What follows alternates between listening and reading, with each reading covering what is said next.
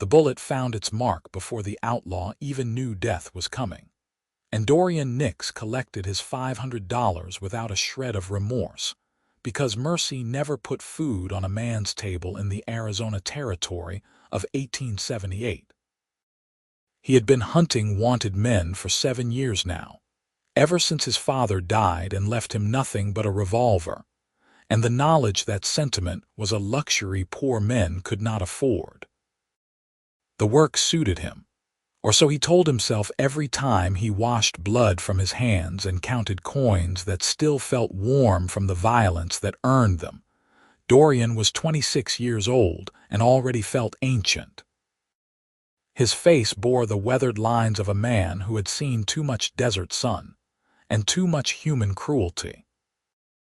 He stood just over 6 feet tall with broad shoulders that filled his dusty coat, dark hair that curled at his collar when he let it grow too long, and eyes the color of storm clouds that rarely showed warmth anymore. People in saloons whispered about him, called him the Shadow because he could track a man across rock and sand like some kind of phantom, appearing when least expected with that cold expression and steady gun hand.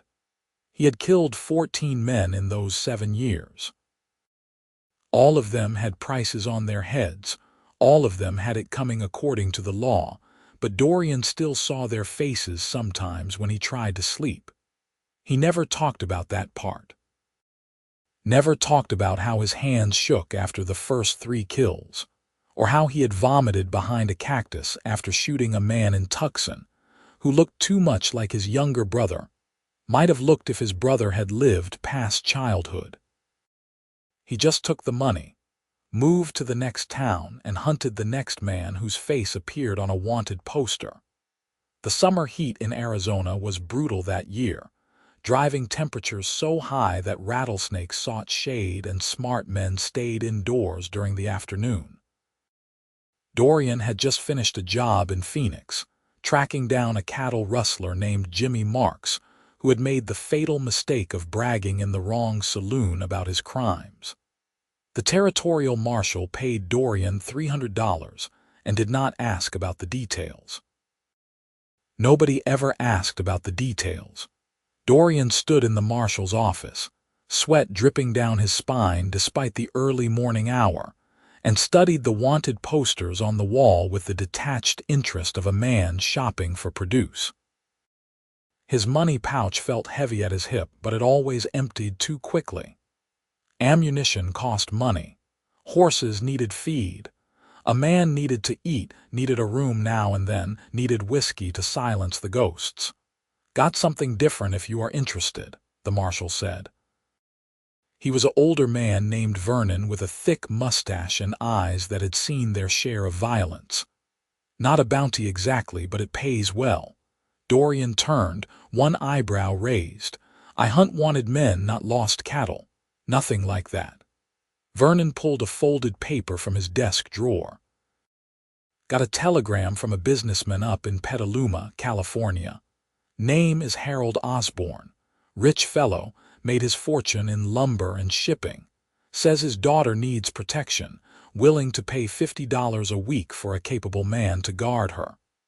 Why does she need guarding? Dorian asked, though he was already calculating the money.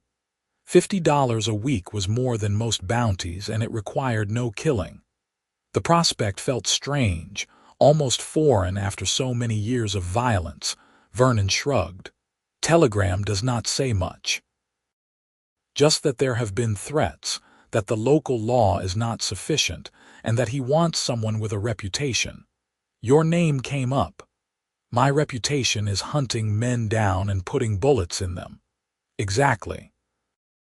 Man wants someone who can protect his daughter from serious danger, not some shopkeeper playing deputy. Vernon slid the telegram across his desk. Osborne will pay travel expenses too. Train ticket north, $50 on arrival, then $50 a week for as long as you are needed. Could be easy money, Nix. Stand around, look intimidating, and collect regular pay. No deserts, no tracking, no sleeping on rocks. Dorian picked up the telegram and read it slowly. The handwriting was neat, educated, the words formal and distant.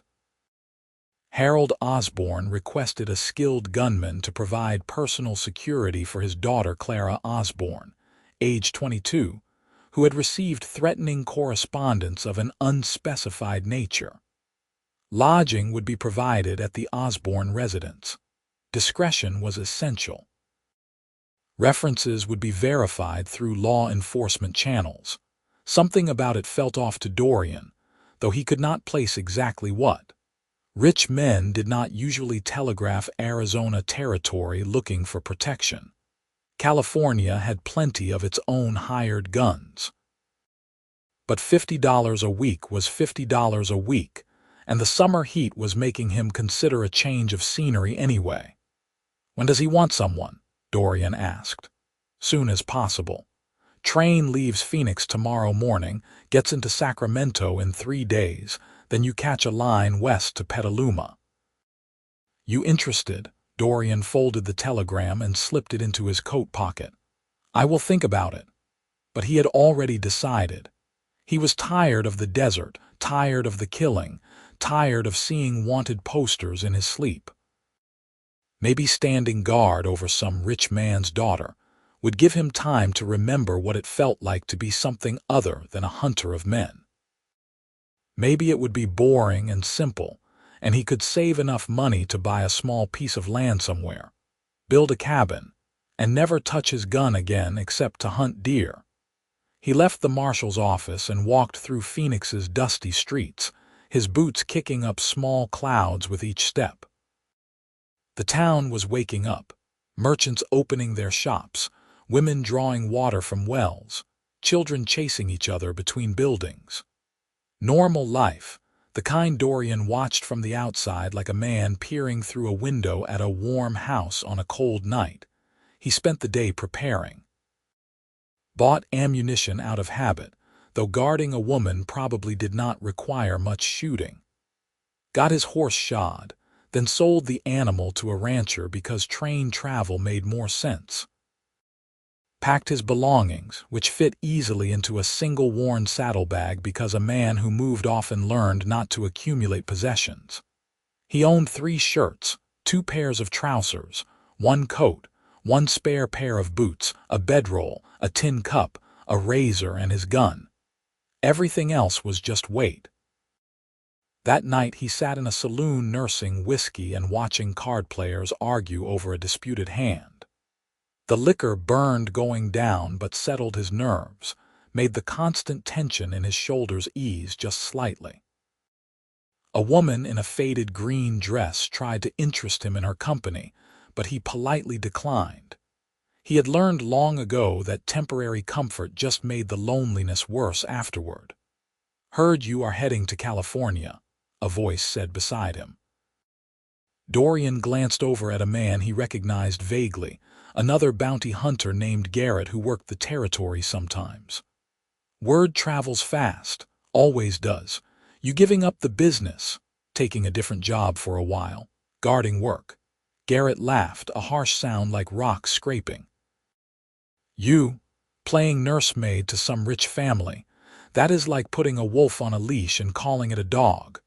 "Maybe I am tired of being a wolf," Dorian said quietly. "None of us stop being what we are, Nix. You will see. You will stand around that fancy house getting bored and soft, and then something will happen that reminds you what you really are. We are killers. The law just points us at targets it approves of, but we are killers all the same." Dorian finished his whiskey and stood. "Maybe you are right. But I am going to find out." He left Garrett sitting at the bar and returned to his rented room, where he lay awake most of the night staring at ceiling boards and wondering if he was making a mistake. The faces of dead men drifted through his thoughts, as they always did in the quiet hours. Jimmy Marks had looked surprised when the bullet hit him, as if he truly had not believed his luck would run out. Before that, a bank robber in Flagstaff who had cried and begged until Dorian silenced him with a single shot. Before that, a murderer in Yuma who had laughed even as he died, blood bubbling on his lips while he cursed Dorian's name. 14 men. 14 faces. 14 ghosts. The train north left at dawn, and Dorian was on it with his saddlebag and his gun and a ticket that promised something different. The locomotive churned smoke and steam as it pulled away from Phoenix, carrying him away from the Arizona desert and toward California and whatever waited there. The journey took 3 long days of rattling cars and uncomfortable benches, passing through landscapes that shifted from desert to mountain to forest as the train climbed elevation and crossed territories. Dorian spent most of the time staring out windows, watching the country roll past while other passengers tried to make conversation that he mostly deflected with short answers. A salesman wanted to talk about business opportunities in San Francisco. A young couple on their way to start a new life in Oregon wanted to know if he was a cowboy or a lawman. An older woman with a basket of knitting wanted to tell him about her grandchildren. He was none of the things they imagined when they looked at him. He was just a man with blood on his hands trying to find a way forward that did not involve adding more. Sacramento came and went, and then he caught the westbound line that would take him to Petaluma. The conductor told him it was a nice town, prosperous, known for its agriculture and river access. Good people, good land, good opportunity.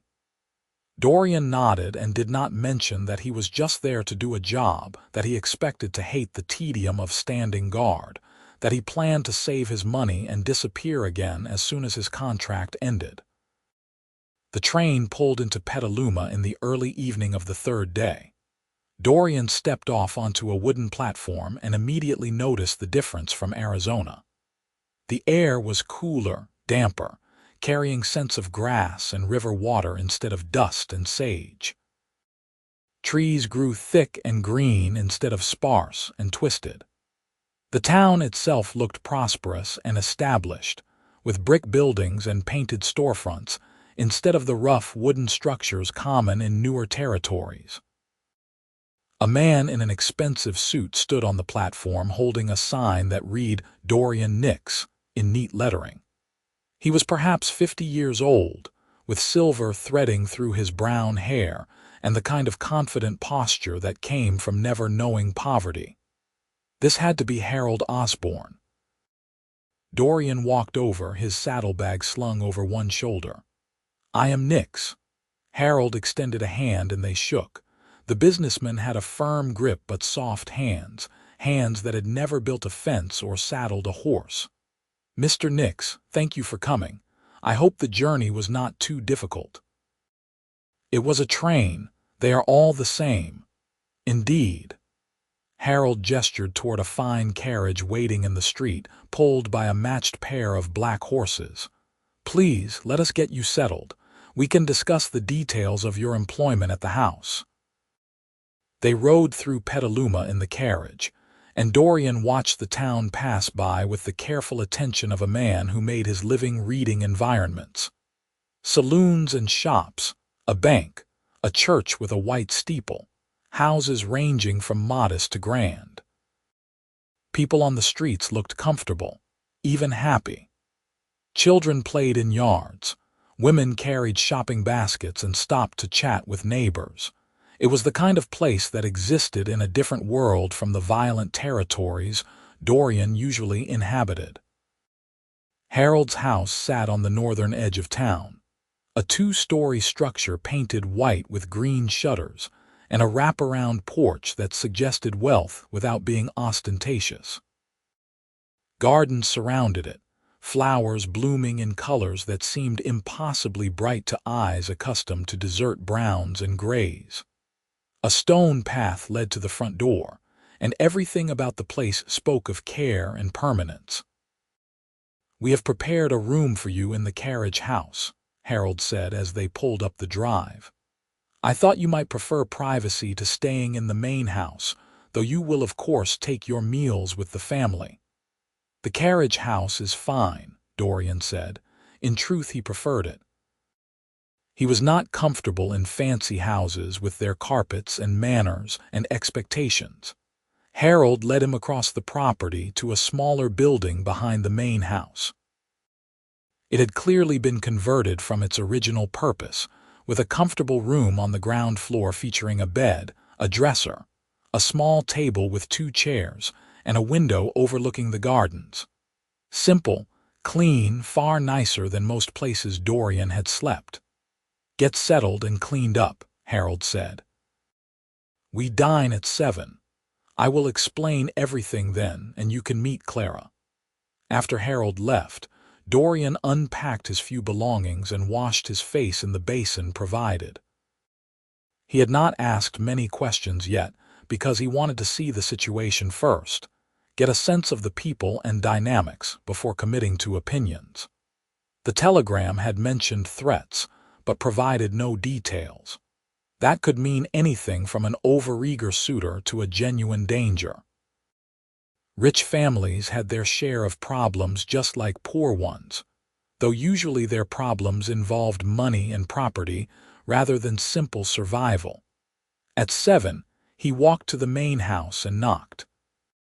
A middle-aged woman in an apron answered, introduced herself as Margaret the housekeeper, and led him to a dining room that made Dorian acutely aware of how rough he looked despite having cleaned up. The table was set with china and crystal, the walls decorated with paintings in gold frames, the floor covered in a rug that probably cost more than Dorian earned in 6 months of bounty hunting. Harold sat at the head of the table, and a woman sat to his right. She looked up when Dorian entered, and for a moment he forgot how to breathe. Clara Osborne was the most beautiful woman he had ever seen. She had dark auburn hair pulled back in an elegant style that revealed a face of such perfect symmetry. It seemed almost unreal, with high cheekbones and a delicate jaw and lips the color of rose petals. But it was her eyes that struck him hardest, deep green like forest shadows, intelligent and direct in their gaze. She wore a dress of dark blue that matched the evening, modest but clearly expensive, and when she smiled in polite greeting, Dorian felt something shift inside his chest that had nothing to do with his heartbeat. "Mr. Nix," she said, her voice soft but clear. "Father told me you would be joining us. Thank you for coming such a distance." Dorian realized he was staring and quickly looked away, feeling heat rise in his face like a boy caught in some minor shame. "Madam," he managed, taking the seat Harold indicated across from her, "this was a mistake." He should have known it was a mistake.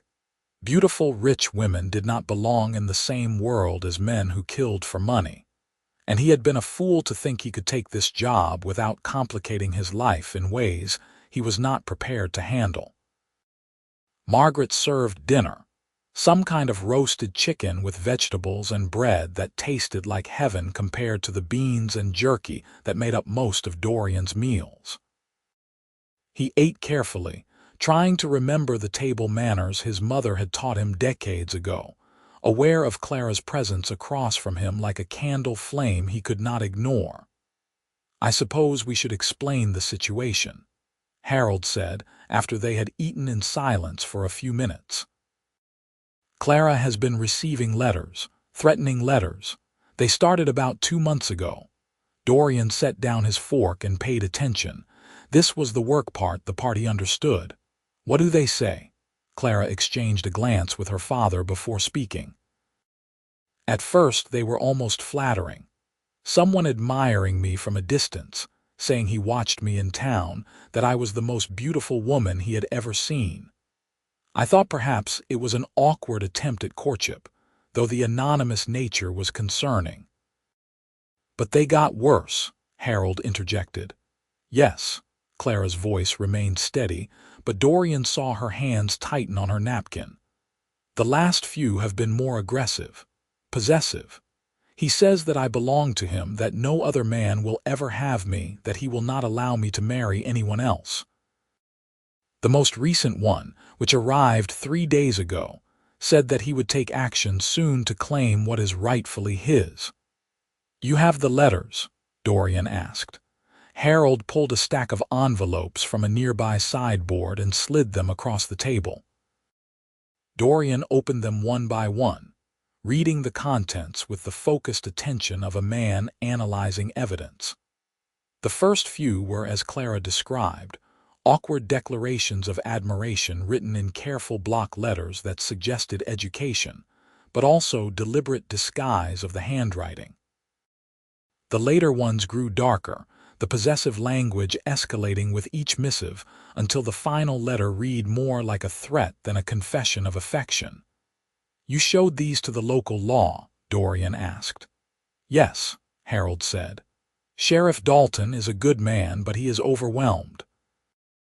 We have only 3 deputies for the whole town and surrounding farms. He said he would patrol past the house when possible, but he cannot provide dedicated protection. That is why I reached out to Marshal Vernon in Phoenix. He spoke highly of your capabilities." Dorian set the letters down and looked at Clara. "Have you noticed anyone watching you? Anyone following you in town or acting strangely around you?" She shook her head slowly. "That is what makes it so unsettling. I have tried to pay attention, but I see no one who seems suspicious. Whoever is writing these letters is someone I encounter regularly, someone who blends in perfectly with normal life." "It could be anyone in town," Harold added. "A shopkeeper, a customer at our warehouse, someone who attends church, anyone. That is why Clara barely leaves the house anymore except when absolutely necessary, and why I needed someone capable to ensure her safety." Dorian studied Clara's face and saw fear there beneath her composed exterior. She was trying to be brave about this, but no one could read threats like this without feeling violated and afraid. Something protective stirred in him, unfamiliar and uncomfortable in its intensity. "I will need to know your routines," he said. "Where you go, when you go there, who you typically encounter. I will accompany you anywhere you leave the house, and I will patrol the property at night to ensure no one approaches. During the day, I will maintain a visible presence to discourage this person from acting on his threats." "Whatever you think is necessary," Harold said. "Your job is to keep Clara safe and help identify who is doing this if possible." They talked for another hour, going through details and logistics while Margaret cleared dishes and brought coffee that Dorian drank black. He learned that Clara usually attended church on Sundays, occasionally helped at her father's lumber warehouse with bookkeeping, and liked to walk in the evening for exercise. All of that would have to be adjusted now. Church would continue with him in attendance. The warehouse could wait until the threat was resolved. Evening walks would happen only with him present. Clara listened to her life being restricted and rearranged, and Dorian saw frustration flash across her face though she said nothing. He understood it. Being protected was not the same as being safe, and the cage that kept dangers out also kept freedom in. After dinner, Harold excused himself to his study, and Dorian found himself alone with Clara in the parlor while she insisted on showing him the various exits and entrances to the house. She moved through the rooms with familiar grace, pointing out doors and windows, explaining which ones were kept locked and which were not. "I am sorry you have to deal with this," Dorian said as they stood by the back entrance that led to the gardens. Clara turned to look at him, surprise evident in her expression. "Why are you sorry? You are here to help. Because it is not fair. You should be able to live your life without some stranger thinking he owns you." She studied him for a long moment, those green eyes seeming to see more than he was comfortable revealing. "Father told me you hunt wanted men for bounties, that you are very good at it. I was taking a break from that work." "Why?" The question was direct, curious without being pushy. Dorian found himself wanting to answer honestly, though he rarely shared truth with anyone. Got tired of killing people, even people who maybe deserved it. Thought guarding someone might be easier on the conscience. And is it? Too soon to tell. Clara smiled slightly, a real smile that reached her eyes and made something warm unfold in Dorian's chest. Well, I am glad you came regardless. I have been frightened, though I try not to show it. Having you here makes me feel safer already. They were standing too close. Dorian realized it suddenly, became aware of the scent of lavender that clung to her, the way lamplight caught in her hair and turned its shades of copper and gold. He took a step back, putting professional distance between them. I should patrol the property before dark, he said, his voice rougher than intended. Lock this door behind me and do not open it unless you know who is outside. He left before she could respond, escaping into the gardens where evening air cooled his heated face and cleared his head. This was just a job. Clara Osborne was just a client. The fact that she was beautiful and intelligent and made him feel things he had no business feeling was irrelevant. He had been hired to protect her, nothing more. Dorian walked the property as darkness fell, noting sight lines and approach angles with practiced efficiency. The house had good visibility from most directions, but the gardens provided cover that concerned him. Anyone could hide among the flowers and shrubbery after dark. He would need to patrol regularly throughout the nights, sleeping in shifts if necessary. The town itself was quiet as evening deepened. He could hear distant sounds of pianos from saloons, dogs barking, normal life continuing in blissful ignorance of threats and violence. It reminded him of how different this place was from the harsh territories he usually inhabited. Petaluma existed in a gentler world, though evil could find its way anywhere if it looked hard enough. He returned to his room in the carriage house and sat by the window with his gun on the table beside him, watching the main house for any sign of trouble. No one approached. No shadows moved in the gardens. Hours passed in silence broken only by the sounds of crickets and wind in the trees. Around midnight, he saw a lamp light in an upstairs window of the main house, Clara's room based on what she had pointed out during their tour. The window glowed warm yellow for perhaps 20 minutes, then went dark again. He imagined her lying awake, afraid of footsteps outside or letters pushed under her door. The image made anger burn in his gut, anger at whoever was terrorizing her, and anger at himself for being so affected by a woman he barely knew. Dawn came slowly, gray light spreading across the property until birds started singing and the world woke up. Dorian had not slept. He rarely slept well anyway, but the first night in a new place was always worse. He washed and changed into a clean shirt, strapped on his gun belt and walked to the main house where Margaret was already preparing breakfast. "You look tired," she said when she saw him. "Did you sleep at all?" "Enough," he lied. Clara came down shortly after, wearing a simple green dress that made her eyes look even more vivid. She seemed surprised to see him already there, something between pleasure and concern crossing her face. "Did you stay awake all night watching the house?" she asked. "It is what you are paying me for. We are paying you to be alert and capable, not to exhaust yourself. You will be no good to anyone if you collapse from fatigue." She had a point, though Dorian was not about to admit it. "I will manage." They ate breakfast together while Harold read the morning newspaper, and then Clara announced she needed to go into town to visit the general store for supplies Margaret required. Dorian immediately stood. "I will come with you." "That is not necessary for a simple shopping trip," Clara protested. "It is exactly necessary. That is why I am here." She looked like she wanted to argue but finally nodded. 20 minutes later they were walking down the street toward town, Dorian positioned slightly behind and to her right, so he could watch both her and their surroundings. People greeted Clara as they passed, friendly nods and "Good morning, Miss Osborne," that she returned with smiles. Everyone seemed to know her, which meant anyone could be the letter writer. Dorian studied faces as they walked, looking for too much interest, lingering stares, any sign of obsessive attention. A young clerk at the bank watched Clara pass with obvious admiration, but seemed harmless. An older man tipped his hat politely. A group of women chatting outside the bakery waved and called out invitations for tea. Nothing stood out as overtly threatening, but that was the problem. The threat was hidden behind a normal face living a normal life.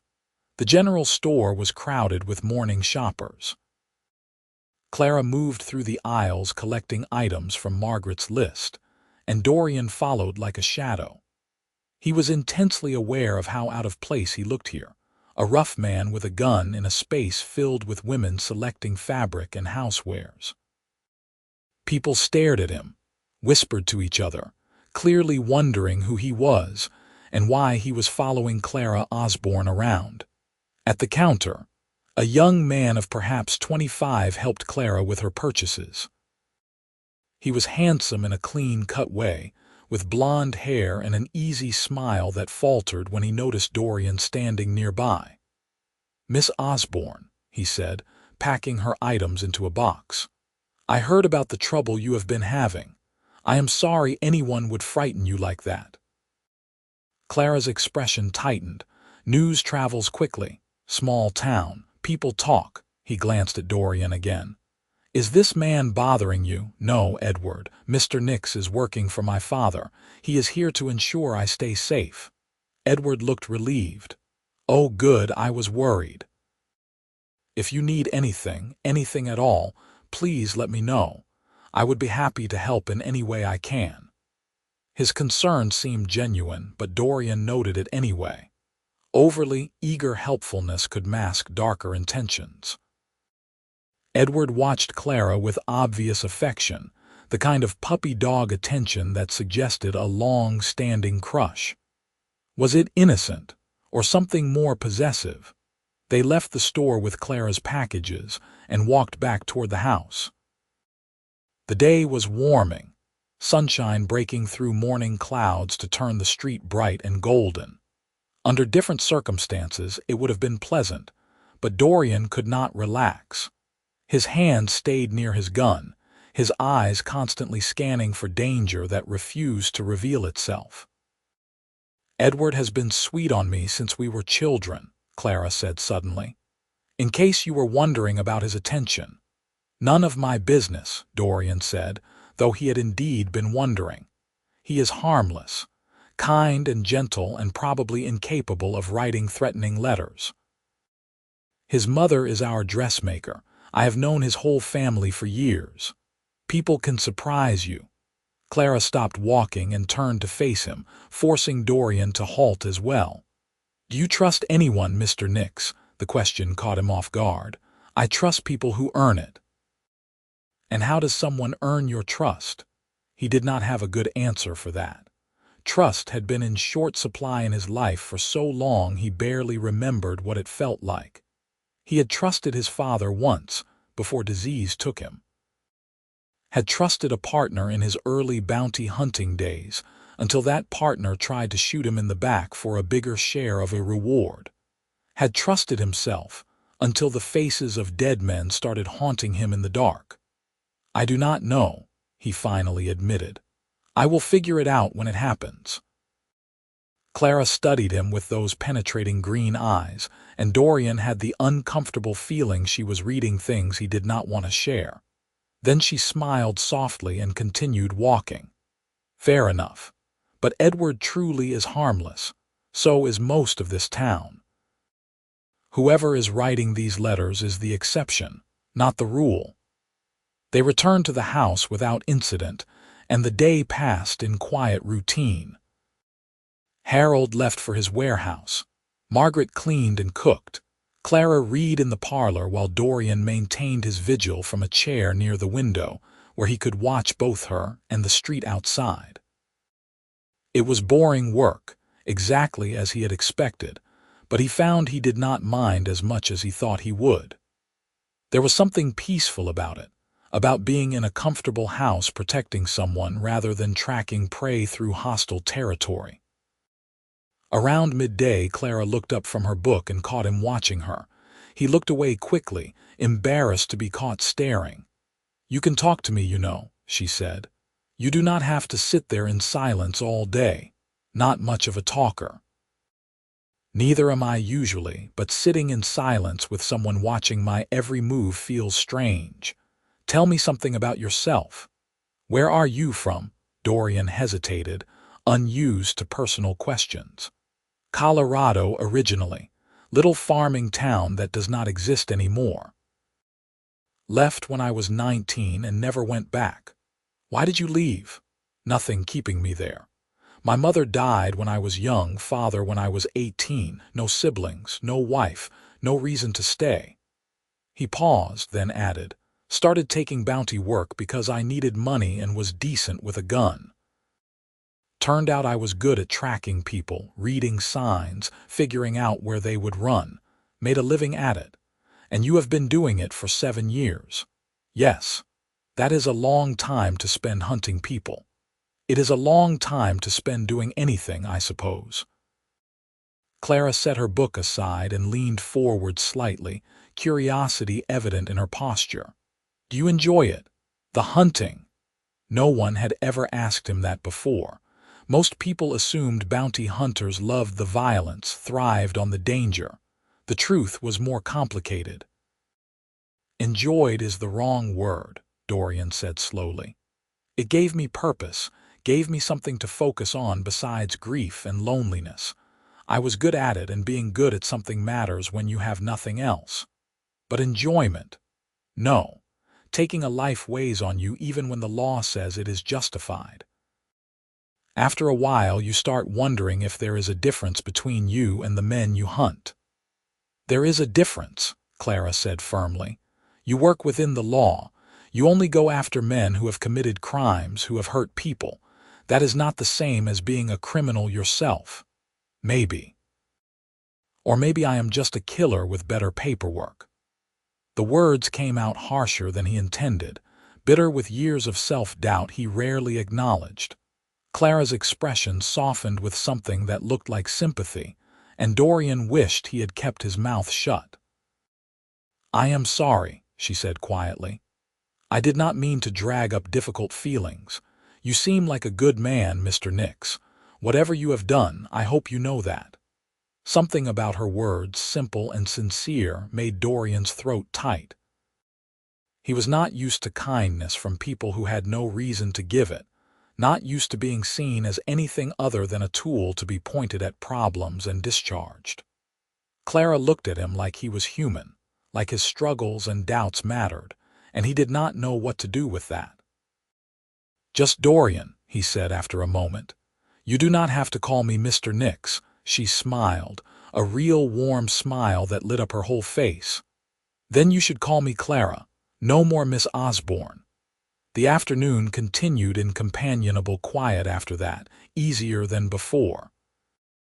Clara returned to her book and Dorian maintained his watch, but the silence felt different now. Less like two strangers performing roles and more like two people sharing space, learning each other's presence. Evening came, and Harold returned home tired from his business. They ate dinner together while he talked about lumber prices and shipping contracts, normal conversation that Dorian half listened to while staying alert for any unusual sounds outside. Nothing disturbed the peace. After dinner, Clara asked if she could take her evening walk through the gardens, and Dorian agreed on the condition that he accompany her. They walked in the fading light, following paths between flower beds that bloomed with colors Dorian could not name. The air was cool and pleasant, carrying the scent of roses and something sweeter he did not recognize. "I love this time of day," Clara said as they walked. "Everything feels peaceful, like the world is taking a breath before night falls." "It is nice," Dorian agreed. though he was more focused on the shadows that were growing longer around them, creating potential hiding places for anyone watching. "Tell me about Colorado," Clara said suddenly. "What was it like growing up there?" He shrugged. "Simple. We had a small farm, grew just enough to feed ourselves and sell a little surplus. Father worked hard, expected me to do the same. Mother kept the house and tried to make sure I learned reading and writing despite there being no school nearby. It was a hard life but not a bad one, until the fevers came through and took her." "How old were you?" 10. "That must have been terrible." "It was." Dorian paused beside a rose bush, pretending to examine the flowers while actually checking sight lines to the house. "Father changed after that. Got quiet, stopped smiling. Just worked himself near to death every day and barely spoke.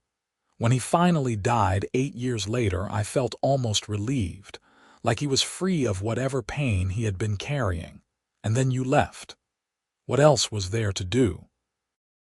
Could not maintain the farm alone, had no family left, no attachments. So I packed what I could carry and started walking. Ended up in Denver, found work as a deputy for a while, discovered I was good at tracking. When the deputy job ended, I started taking bounties instead, and here we are." Clara was quiet for a long moment, then said, "That is a lonely life, Dorian. Only life I know. It does not have to be." He looked at her then, found her watching him with those green eyes full of something he did not dare name. The sunset painted her face in warm colors, made her look like she was glowing from within, and Dorian felt his carefully maintained distance starting to crack. "We should go inside," he said abruptly. "Getting too dark to be out here." If Clara was disappointed by his retreat, she did not show it. They walked back to the house in silence, and Dorian spent the rest of the evening making sure all doors and windows were secured, before returning to his room in the carriage house.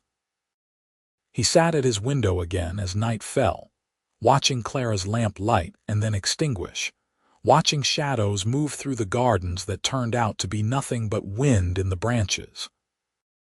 His mind kept circling back to their conversation, to the way she looked at him like he was worth looking at, to the dangerous warmth growing in his chest every time he was near her. This was exactly what he had been afraid of. Clara Osborne was not for him. She was educated and refined, the daughter of a wealthy man, someone destined for a good marriage to someone appropriate. He was a drifter with blood on his hands and ghosts in his head, someone who owned nothing and belonged nowhere. The fact that he was developing feelings for her was his problem to manage, not hers to be burdened with. He would do his job, keep her safe, collect his pay, and leave before these feelings became something worse. It was the only sensible plan. 3 days passed in similar fashion. Dorian maintained his vigilance, accompanied Clara on her few excursions into town, patrolled the property every night. No new letters arrived. No suspicious figures appeared. Life settled into a rhythm that almost felt normal, though Dorian never let his guard drop completely. He and Clara talked more, cautious conversations that revealed little pieces of each other. She told him about growing up in Petaluma, about losing her mother to pneumonia 5 years ago, about her desire to do something meaningful with her life beyond being a rich man's daughter. He told her about places he had been, the vast differences between territories, the strange beauty of desert sunsets that he missed despite hating the heat. They did not talk about feelings or futures, keeping everything surface level and safe. But Dorian felt the tension growing between them anyway, noticed the way Clara's eyes lingered on him when she thought he was not looking, the way his pulse quickened when she smiled. On the 4th night, he was doing his midnight patrol when he noticed something wrong. One of the garden gates that should have been closed stood ajar, swinging slightly in the breeze. Dorian approached carefully, hand on his gun, every sense alert. A piece of paper was pinned to the gate with a knife. He pulled the paper free and carried it closer to the house where lamplight from a window let him read the writing. His blood turned cold. "She is mine. Send the gun away or I will take her and you will never see her again. You have 3 days." The handwriting matched the previous letters. Whoever was doing this had been on the property tonight, had come right up to the house while Dorian was somewhere else on his patrol. He had failed at the one job he had been hired to do. Rage and fear warred in his chest as he checked the rest of the property, but found no other signs of intrusion. Whoever had left the note was gone now, vanished back into the night. Dorian went to the main house and knocked hard on the door until Harold appeared in his nightshirt looking alarmed. "What is wrong?" Dorian handed him the note. "Found this on the garden gate. He was here tonight."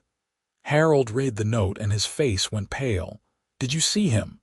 "No, he must have come and gone while I was checking the other side of the property." The admission tasted like failure. "He is escalating. 3 days is not much time." "What do we do?"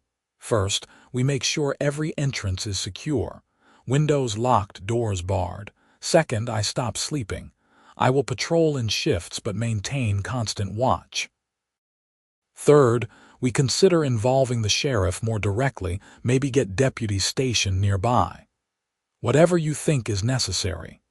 Harold looked at the note again, his hands shaking slightly.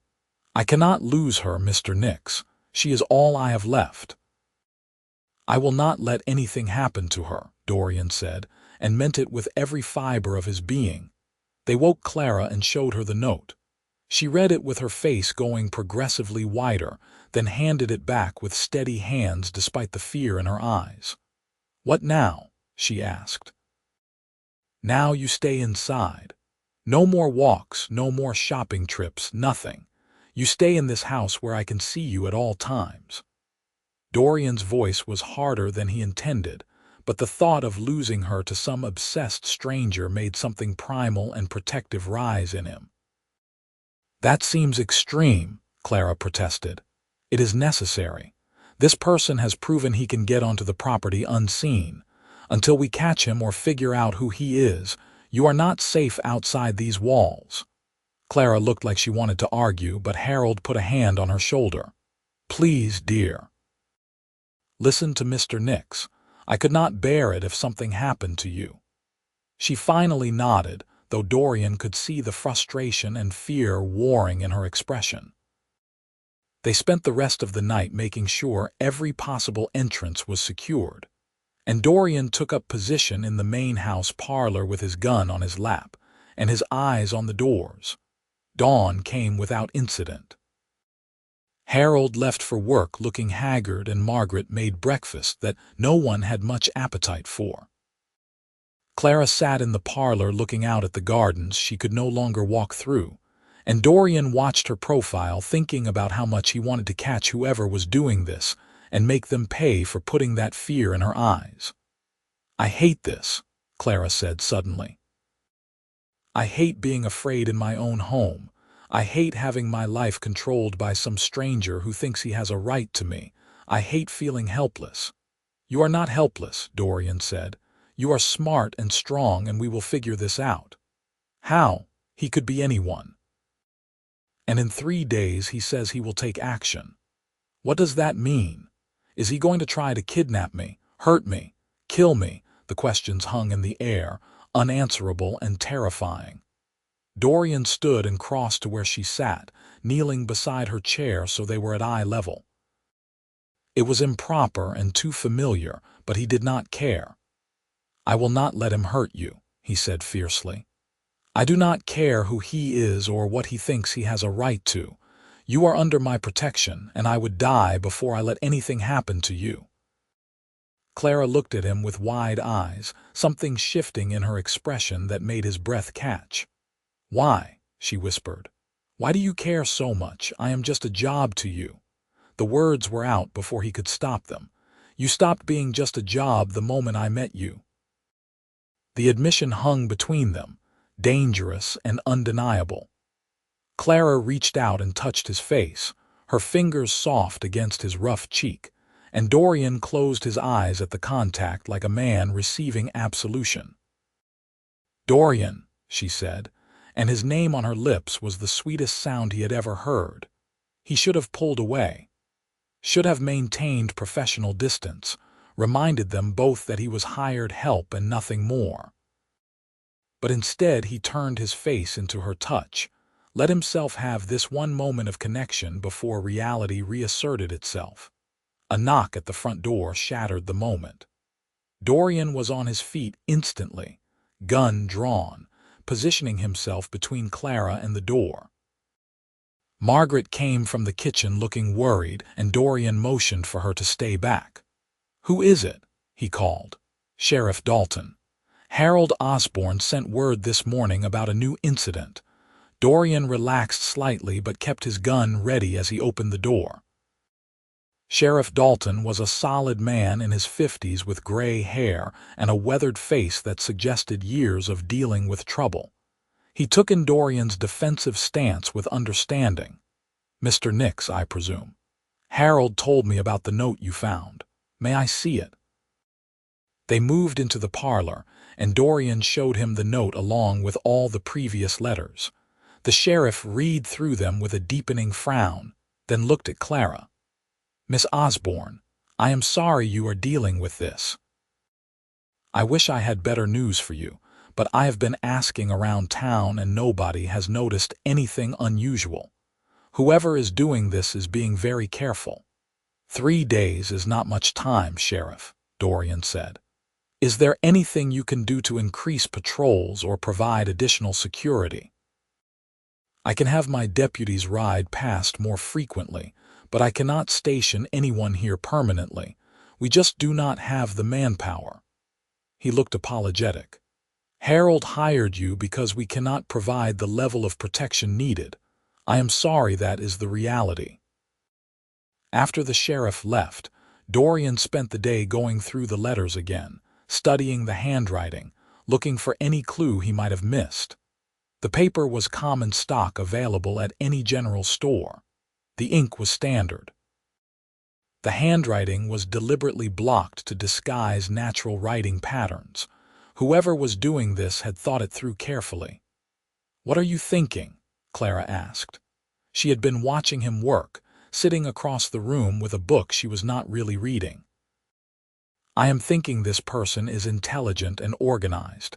The letters show planning, the note shows boldness. He is not some impulsive fool, he is someone who knows what he is doing and is willing to wait for the right moment. That makes it worse somehow." "Yes, it does." Dorian set the letters down and looked at her. "I need to ask you something. Is there anyone in your life who might have reason to feel possessive of you? An old suitor, someone who courted you and was rejected, anyone who might have developed an obsession?" Clara thought for a long moment. "There was a man about a year ago, Thomas Garrett. He worked at my father's warehouse and expressed interest in courting me. I was polite but made it clear I was not interested in him that way. He took it badly, made a few comments about how I would regret rejecting him. Father dismissed him from the warehouse shortly after because his work became unreliable. You know where he is now? I heard he moved to Sacramento for work, but I am not certain." Dorian made a mental note to check on Thomas Garrett's whereabouts. It was the first real lead they had, thin as it was. "Anyone else? Edward from the general store has always been sweet on me, but he is harmless like I said. There was a banker's son who wanted to court me 2 years ago but accepted my refusal gracefully. A few men at church have expressed interest over the years, but nothing that struck me as obsessive." She paused, then added, "I have tried to think about this, Dorian. I have gone over every interaction I can remember, and I cannot think of anyone who would do this. Sometimes people hide their true nature well, clearly." The day dragged on with no further incidents. Harold came home early from work, too worried to focus on business.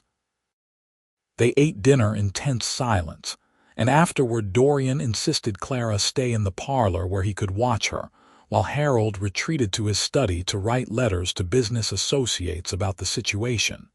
Evening fell, and Clara finally set aside her neglected book. "Can I ask you something?"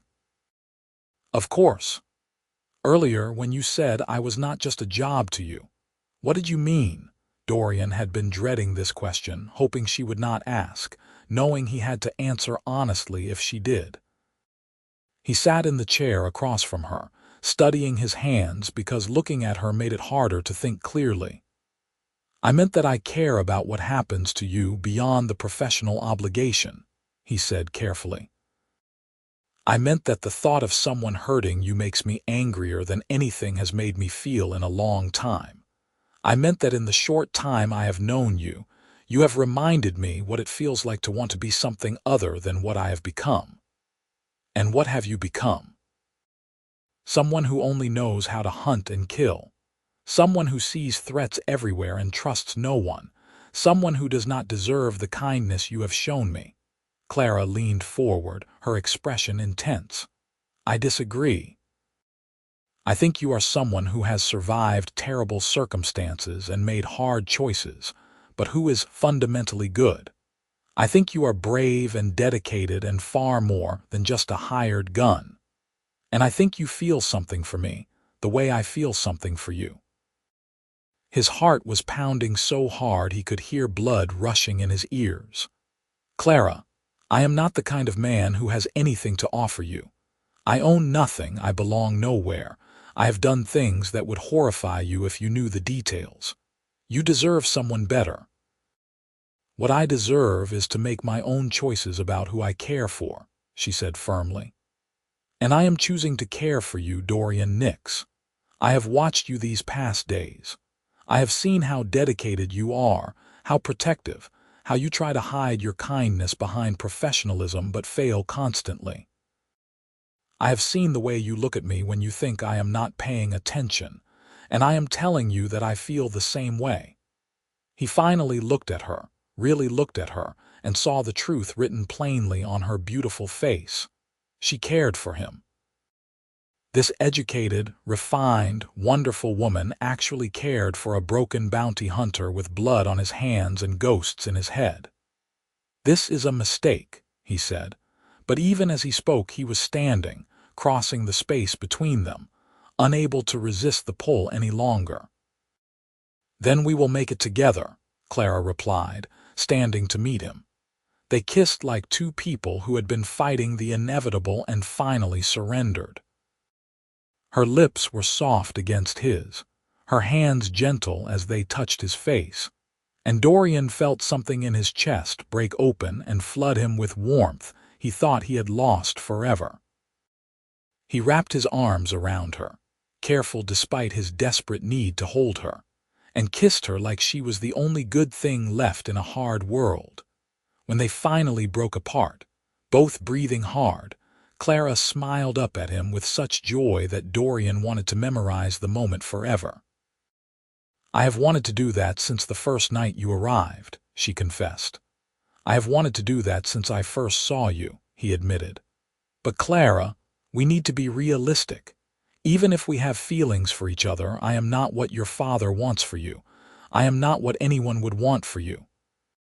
My father wants me to be happy and safe. You make me feel both." She touched his face again, tracing the line of his jaw. "After this is over, after whoever is threatening me is dealt with, we can figure out what comes next. But do not ask me to pretend I do not care for you, because I cannot do that. I care for you too," he said, the words feeling both terrifying and liberating. "More than I should, more than is probably wise, but I do." They stood holding each other in the parlor while lamplight flickered and night deepened outside.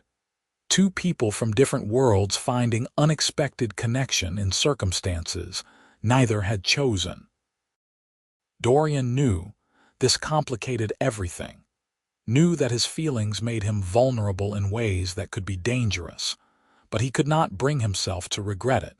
Eventually they separated, both aware that appearances and propriety mattered even if they wished otherwise. Clara went upstairs to bed and Dorian took up his watch from the parlor as planned, but everything felt different now. The house he was guarding contained the woman he loved, not just a client. The stakes had changed, become desperately personal. He would protect her. He would find whoever was threatening her. And then, somehow, he would figure out how to be worthy of the feelings she had confessed. The night passed slowly. Dorian patrolled in careful circuits, checking every door and window repeatedly, watching the gardens for any sign of movement. Nothing disturbed the peace, but he could not relax. 2 days left according to the note. 2 days to figure out who was doing this before they made their move. Around 3 in the morning he heard footsteps on the stairs and tensed, then relaxed when he saw Clara descending in a robe over her nightgown. She should not be down here, should be sleeping safely upstairs, but he could not find it in himself to scold her. "Could not sleep," she said quietly. "I kept thinking about the note, about what might happen." "Nothing is going to happen. I promise you." She sat on the sofa and Dorian sat beside her, maintaining a careful few inches of distance despite wanting to pull her close. They sat in comfortable silence for a while, just being near each other until Clara spoke again. "Tell me about the men you hunted. What were they like?" The question surprised him. "Why do you want to know?" "Because it is part of who you are. I want to understand." Dorian thought about the 14 faces that haunted him. They were men who made bad choices and ran from the consequences. Some were killers, some were thieves, some were just desperate and did something stupid. I tried not to think of them as people when I was hunting them. Easier that way. But later, after it was done, they became people again in my mind. People with families maybe, people who might have been different if circumstances were different. Do you regret killing them? Some of them. The ones who fought back, who gave me no choice, those I can live with. But there were a few who tried to surrender, who begged for mercy, and I brought them in anyway knowing they would hang. Those weigh heavier. Clara reached out and took his hand, lacing her fingers through his. You did what the law required. That is not the same as murder. Sometimes I wonder if the law knows the difference. They sat like that until dawn started to gray the eastern sky, talking quietly about pasts and regrets and hopes for futures that neither was sure they would have. When Margaret arrived to start breakfast, Clara went upstairs to dress properly, and Dorian splashed water on his face trying to make himself look more alert than he felt. Harold came down looking as tired as Dorian felt.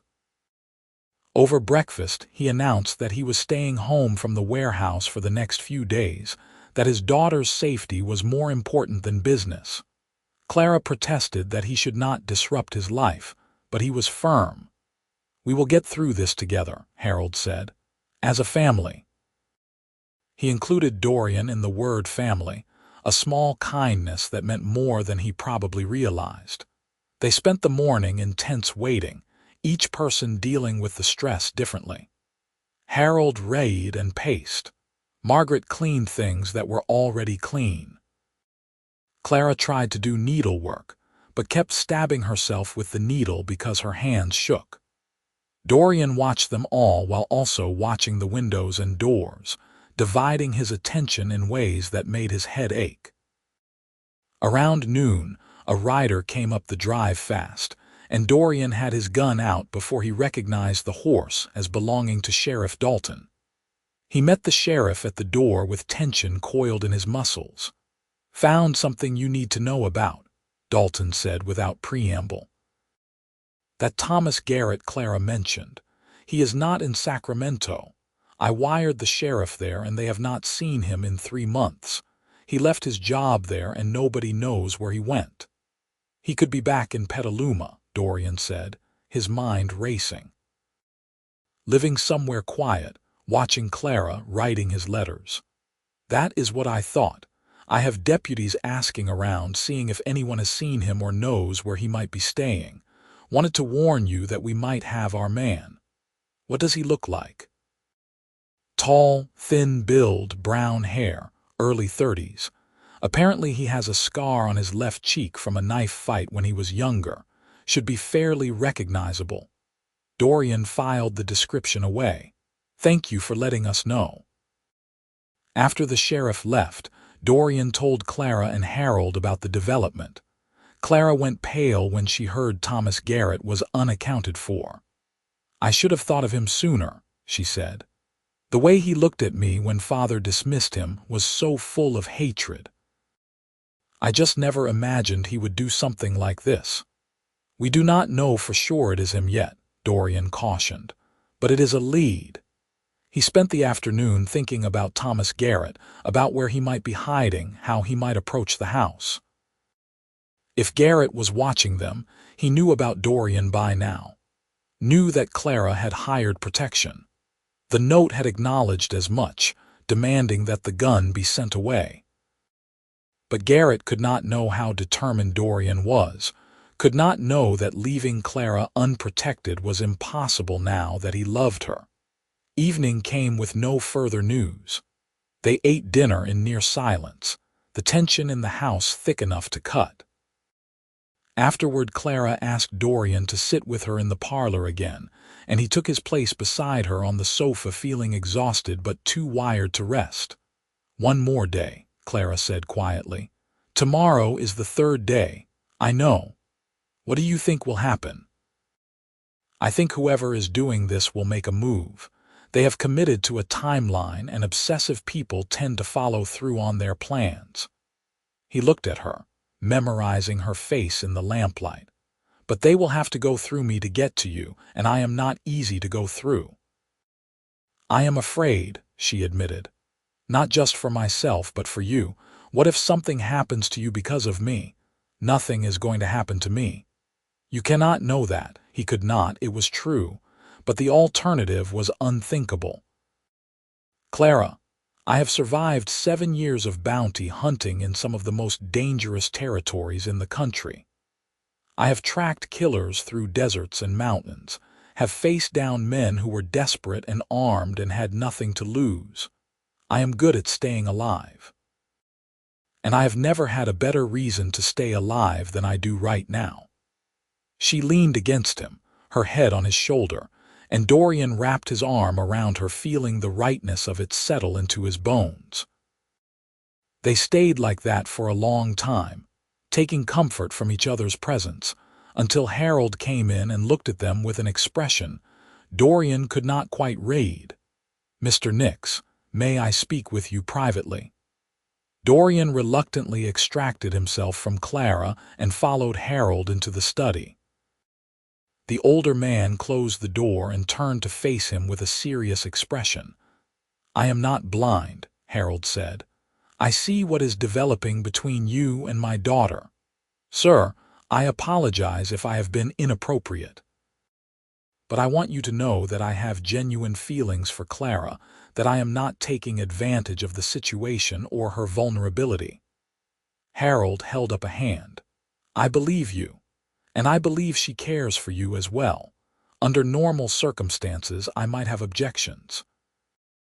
You are not the sort of man I imagined for her.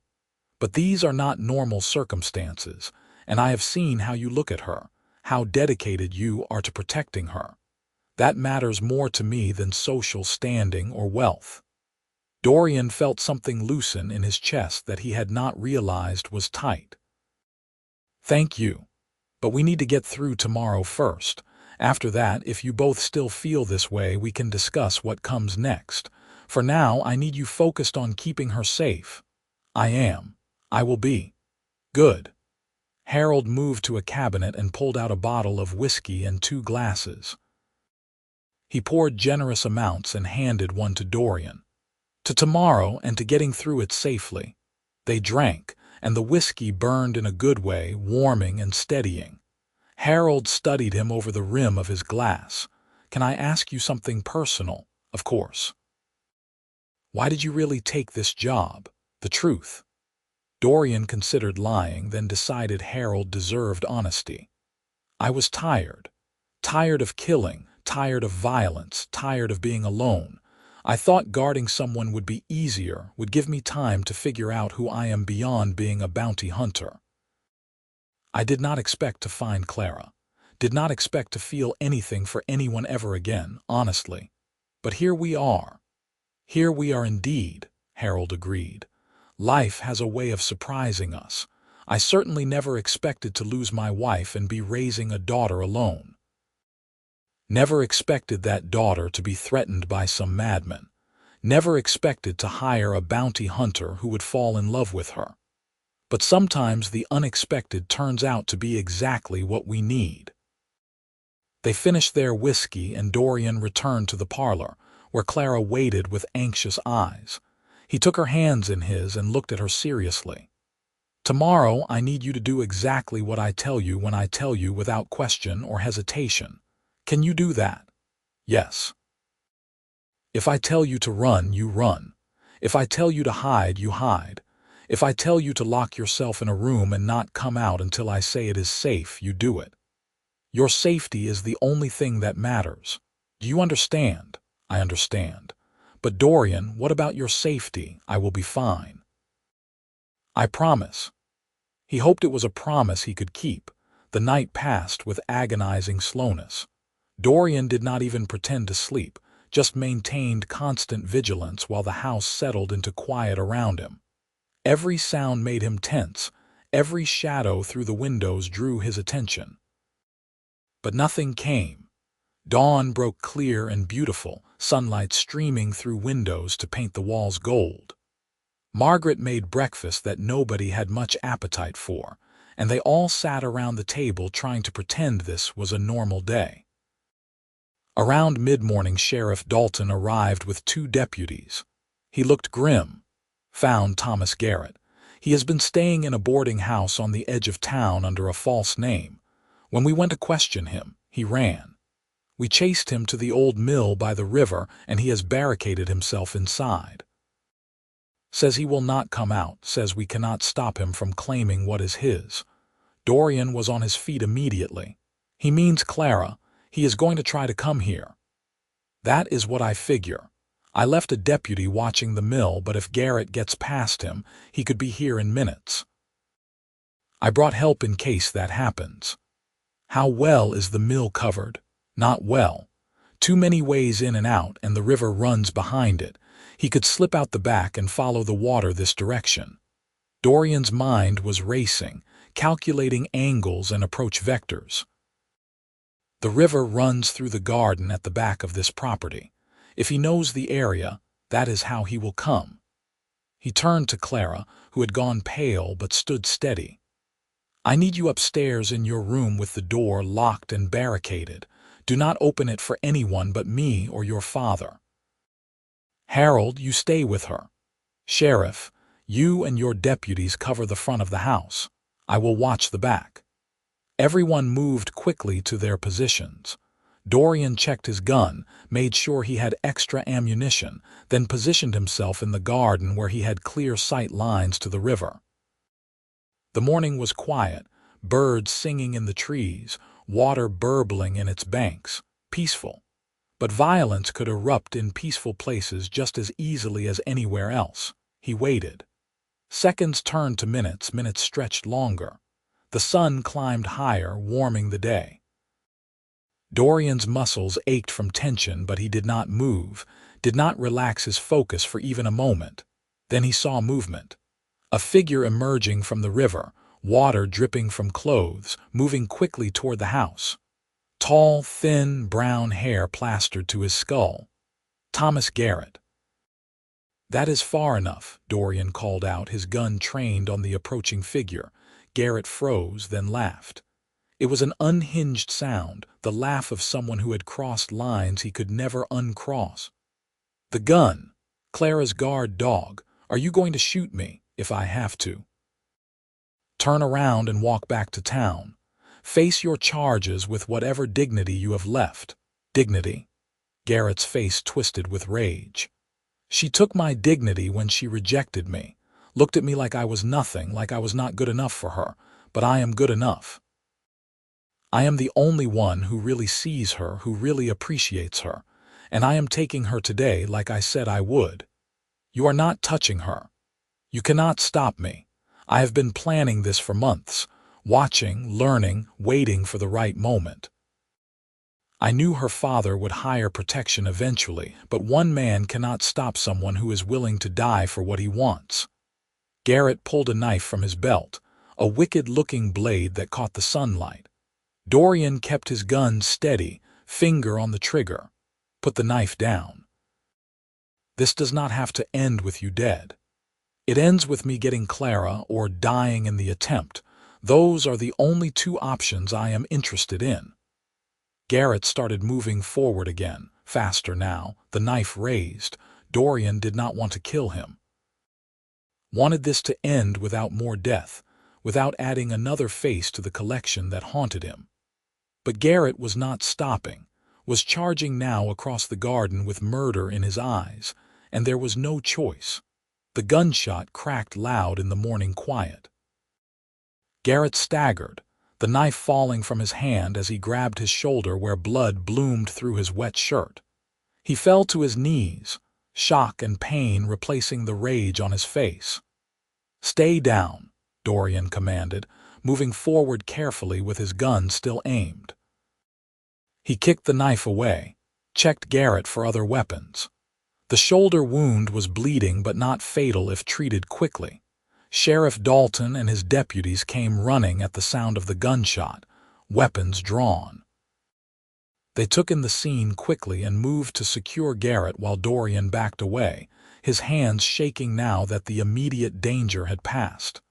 "Clara is safe," he called toward the house. Harold appeared at a window. "We are fine. Is it over?" "It is over." The next hours passed in a blur of activity. A doctor was summoned to treat Garrett's wound before he was taken to jail. The sheriff took statements from everyone. Neighbors appeared drawn by the gunshot and the commotion, and had to be reassured that everything was under control. Through it all, Dorian felt numb and distant, the aftermath of violence hitting him the way it always did. Finally, the crowd dispersed. Garrett was in custody facing charges of stalking and attempted kidnapping, and the house was quiet again. Dorian sat on the back steps of the main house staring at the garden where blood still stained the grass, feeling exhausted down to his bones. Clara found him there. She sat beside him without speaking, and after a moment Dorian felt her hand slip into his. "You saved my life," she said quietly. "I did my job." It was more than that. He looked at her then, at this woman who had changed something fundamental in him without even trying. "I could not let him hurt you. The thought of losing you before I even had a chance to figure out what this is between us, it was unbearable." "So what is it between us?" "I do not know exactly, but I know I do not want to leave. I know I want to find out where this goes if you will have me." Clara smiled, real and warm and full of joy that made her eyes shine. "I will have you, Dorian Nix, for as long as you want to stay." He kissed her there in the garden with sunshine warming their faces and birds singing in the trees. Kissed her like she was his salvation and his future and the best thing that had ever happened to his broken life. When they finally pulled apart, Clara laughed softly. "So what now?" "You are still technically hired as my guard, but the threat is gone. I should probably quit that job before it gets more complicated." "And then what?" "Then I figure out how to build a life here, find work that does not involve hunting or killing, learn what it means to be part of a community. Court you properly with your father's permission." He paused, suddenly uncertain. "If that is what you want." "It is exactly what I want." They went inside together to find Harold waiting in the parlor with an expression that suggested he had been watching them through the window. He looked at Dorian with a raised eyebrow. "I assume you will no longer be working as Clara's guard." "No, sir. I think that job is complete." "And what are your intentions toward my daughter?" Clara made an exasperated sound. "Father, really." But Dorian appreciated the formality. the acknowledgement that this was serious. "I would like to court her properly. I do not have much to offer right now beyond my dedication and my word, but I will find work, establish myself here, and prove that I can provide for her. If she will have me in the end, I hope to marry her, with your blessing." Harold studied him for a long moment, then nodded slowly. "You have my blessing to court her. As for the rest, we will see. You saved my daughter's life today, Mr. Nix. That earns you a chance to prove yourself worthy of her. Do not waste it." "I will not, sir." The days that followed were strange and wonderful. Dorian moved from the carriage house to a room at the boarding house in town, no longer an employee but not yet something else. He spent his days looking for work, applying his skills in ways he had never considered before. A rancher hired him to help with cattle, impressed by his ability to track and his comfort with hard physical labor. It was honest work, and it felt good to end each day with tired muscles and clean hands. His evenings he spent with Clara, courting her under Harold's watchful but approving eye. They walked through town together, attended church socials, sat on her porch swing talking until stars filled the sky. He learned the sound of her laugh and the way her nose crinkled when she was amused. She learned about his past not in large revelations, but in small stories shared over time, pieces of a hard life that she accepted without judgment. Petaluma became home in ways Dorian had not thought possible. He made friends with other ranch hands, nodded greetings to merchants who were learning his name, helped a neighbor repair a fence, and got invited to dinner. The community that had seemed foreign and unreachable slowly opened up to accept him. Thomas Garrett was sentenced to 10 years in territorial prison. Clara attended the trial and gave her testimony with steady courage, and afterward she told Dorian she felt free for the first time in months. They celebrated by taking a picnic to the river, sitting in the grass eating bread and cheese while water flowed past, and the world felt full of possibility. Summer turned to autumn. The air grew cooler, the leaves changed colors, and Dorian found himself amazed by seasons that were so much more pronounced than in the deserts he had known. Clara taught him to appreciate the small beauties of the changing year, the way morning frost sparkled on grass, how migrating birds filled the sky. On a crisp October evening 6 months after he had first arrived in Petaluma, Dorian asked Clara to marry him. They were in the garden at her house, the same garden where he had stood guard and then faced down Thomas Garrett, now transformed by autumn into a riot of gold and amber. He did not have a ring yet because he was still saving money, but he had his words and his heart and the hope that it would be enough. "Clara Osborne, I came to this town as a broken man who only knew violence and solitude. You showed me what it means to be part of something larger, to have a place to belong, to love and be loved in return.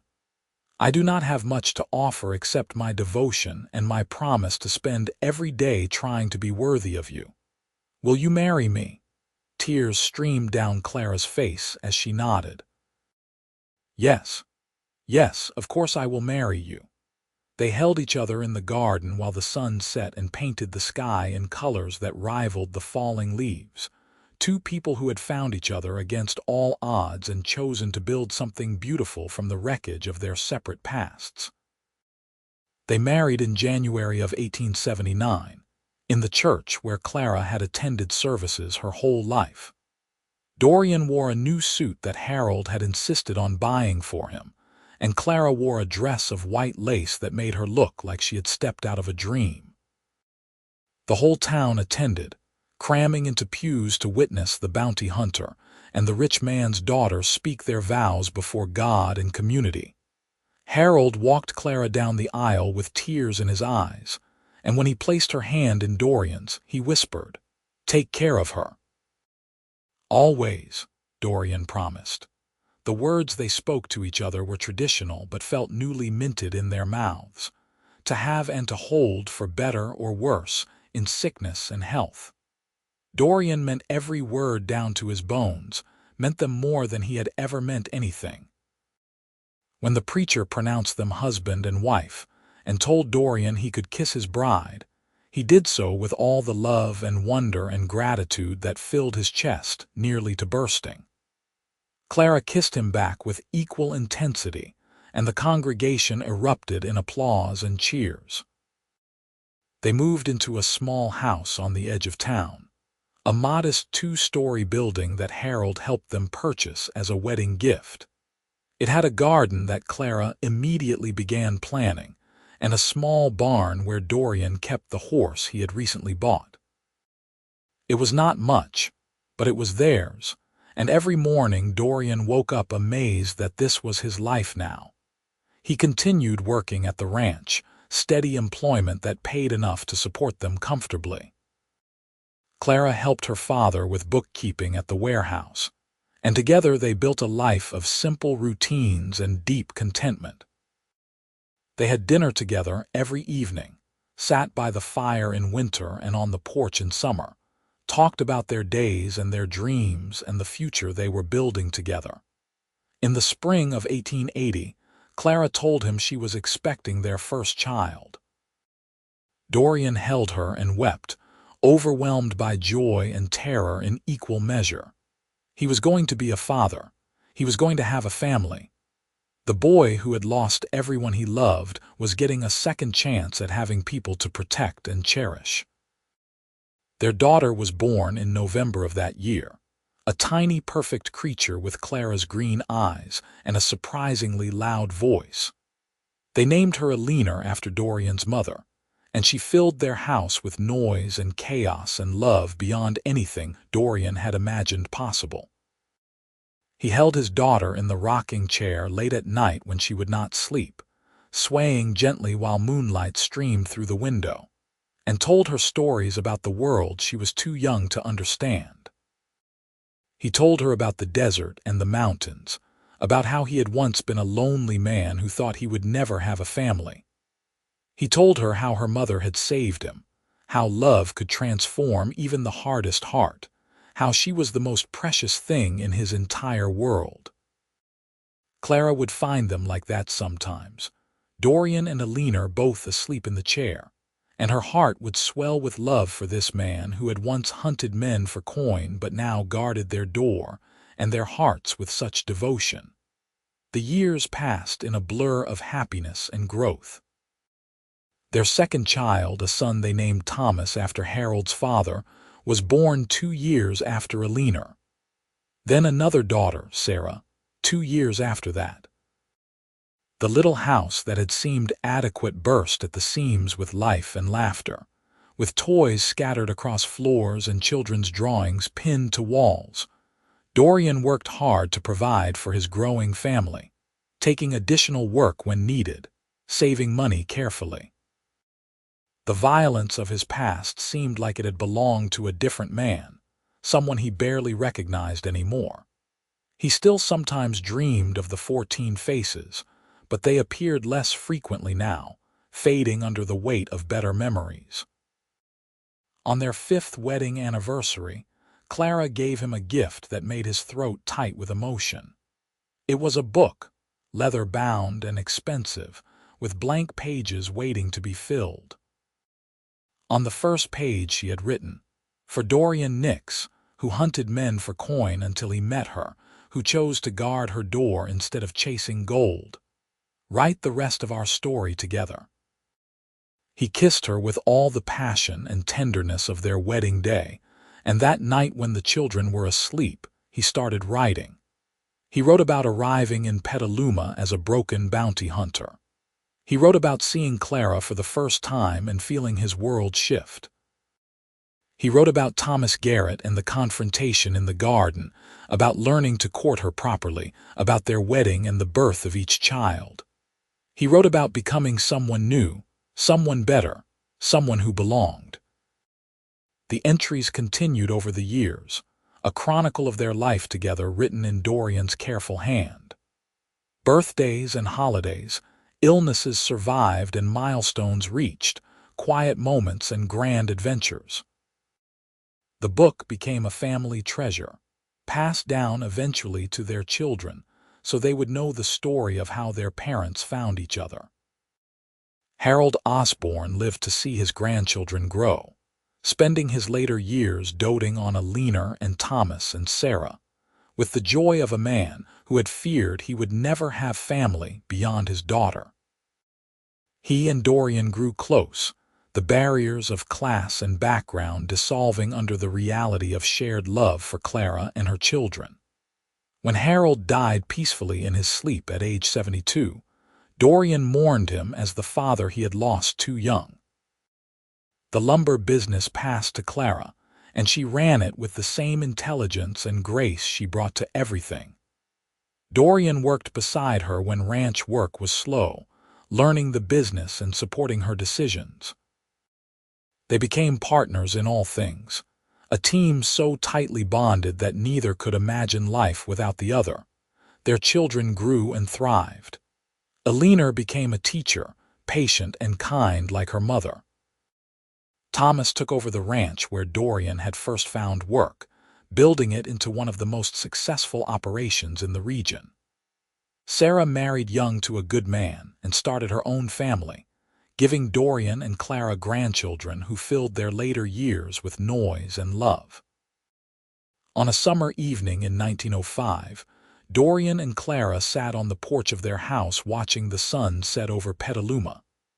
They were both in their 50s now, their hair graying, their bodies marked by the years. But the love between them had only deepened with time, growing richer and more certain with each passing day. "Do you ever regret it?" Clara asked, taking his hand in hers. "Giving up bounty hunting, staying here, choosing this life?" Dorian looked at her, at the woman who had transformed his entire existence. "Not for a single moment.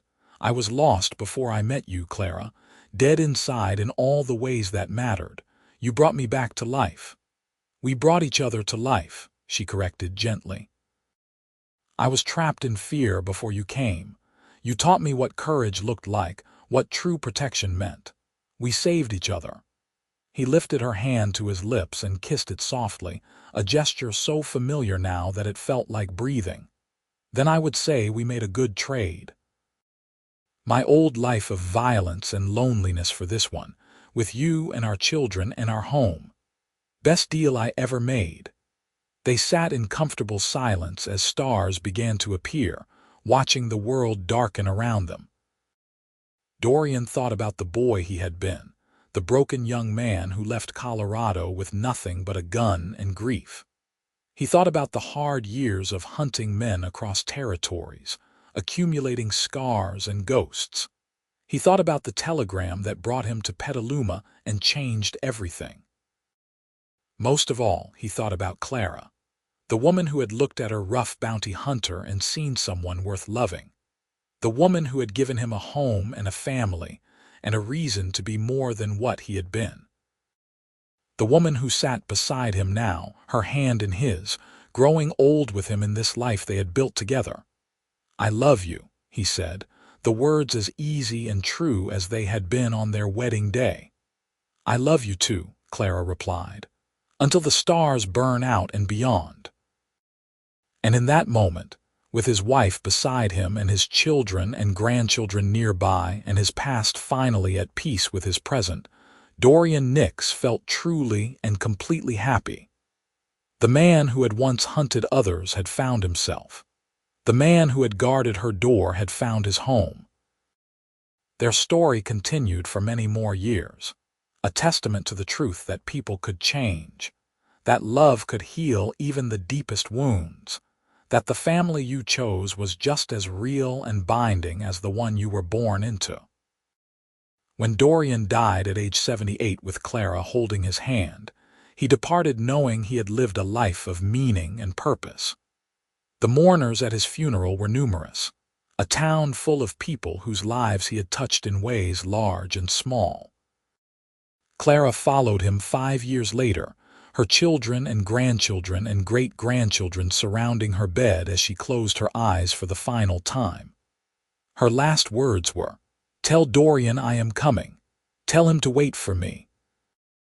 They were buried side by side in the Petaluma cemetery under a stone that read Dorian and Clara Nix. He came as a stranger and stayed for love. Together they built a family and a legacy that endures. And though their physical bodies returned to Earth, their story lived on in the descendants who carried their names and their values forward. In the book Dorian had written that became a family heirloom, in the memories of people whose lives had been touched by their kindness and strength. The bounty hunter and the woman he protected had found their happy ending, and it was more beautiful than either of them could have imagined when they first met in that parlor all those years ago. Their love had lasted until the stars themselves seemed dim by comparison, and the legacy they built together echoed forward through generations. A reminder that even the hardest hearts could be softened by love, and that home was not a place, but the people you chose to stand beside through all the days of your life. In the end, Dorian Nix had hunted men for coin, but he found something worth far more than gold when he met Clara Osborne and chose to guard her door. He found redemption, purpose, family, and a love that transformed everything he thought he knew about the world and his place in it. And that, more than any bounty or adventure, was the greatest prize a man could hope to claim. Their grandchildren told the story to their own children, keeping the memory alive of the bounty hunter who became a husband, father, grandfather, and pillar of the community. They told it as a love story, which it was, but also as a reminder that people deserve second chances, that violence need not define a person forever, that choosing love over fear was always the braver path. And late at night when the wind blew through Petaluma, and the old house creaked with settling boards, some swore they could still hear the sound of a rocking chair moving gently, as if Dorian was still there holding his daughter and telling her stories about how he found her mother. The house eventually passed to new owners who knew nothing of the Nix family history, but the garden that Clara had loved still bloomed each spring with flowers she had planted, and the tree Dorian had built a swing on for his children still stood strong, bearing new generations of laughter. Time moved on as it always does, turning history into legend and legend into whispered memory. But some love stories refuse to be forgotten, and the tale of he who hunted men for coin until he met her, the cowboy who guarded her door instead of chasing gold, remained a favorite in Petaluma for generations. Parents told it to children as a bedtime story. Young couples invoked it when they needed hope that love could overcome any obstacle. Older people remembered it as proof that their town had once been home to a romance worthy of the stories people paid money to read in books. And perhaps somewhere beyond the veil of mortal understanding, Dorian and Clara Nix sat together still, holding hands and watching over the town and family they had built, satisfied that their choice to love each other had echoed forward in ways both large and small, changing the world one heart at a time. Their story was complete, their ending truly happy, their legacy assured.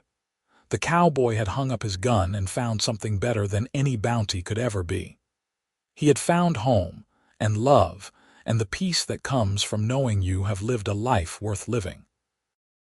And in the end, that was the greatest treasure of all.